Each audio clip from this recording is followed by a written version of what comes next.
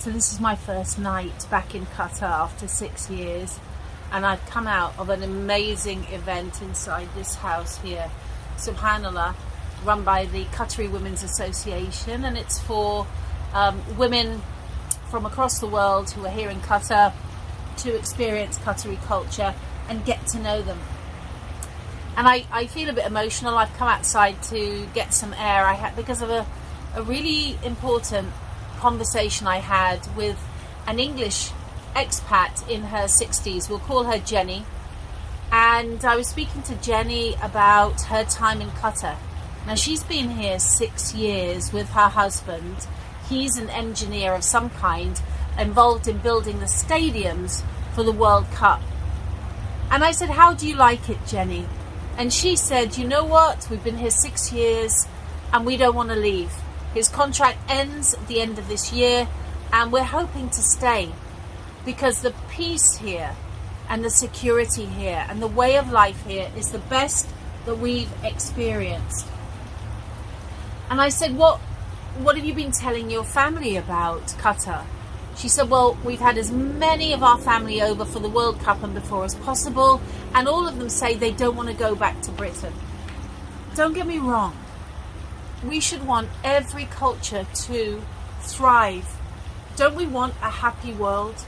Don't we want other nations to also have safety and security and joy and family life that is good and wholesome and happy and content? Yeah, of course. But that hasn't been the experience that the media has really wanted to portray. And I got emotional, I'll tell you why. Because this isn't about Arab culture. Well, it is in part. You know, the racism against the Arabs, the thought about the thoughts that it's still some kind of terrorist organization wanting to take over the West. So wrong. But there's a lot of hurt here. There's a lot of hurt because the Qataris want to reach out with the beautiful jewel that they have. And the jewel that they have isn't sitting on an oil reserve. It's not.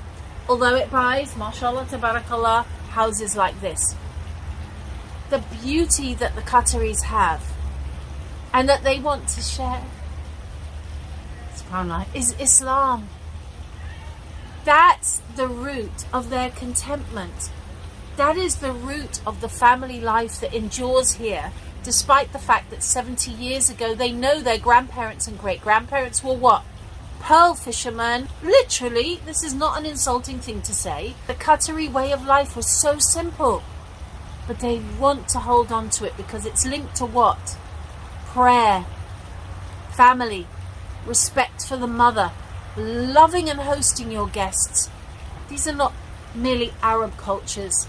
These are things that our Holy Quran teaches us. And I think in the West we should be ashamed that people who are good at their heart don't feel they can share what they know is a beauty for existence because they've been so hurt by the judgmental, hate-filled rhetoric poured upon them time and again. So that's it. I'm taking time out. It's great fun going in there. There's about 60 women, 20 Qataris, 40 women from around the world. And I just needed to gather my thoughts. I just needed to gather my thoughts.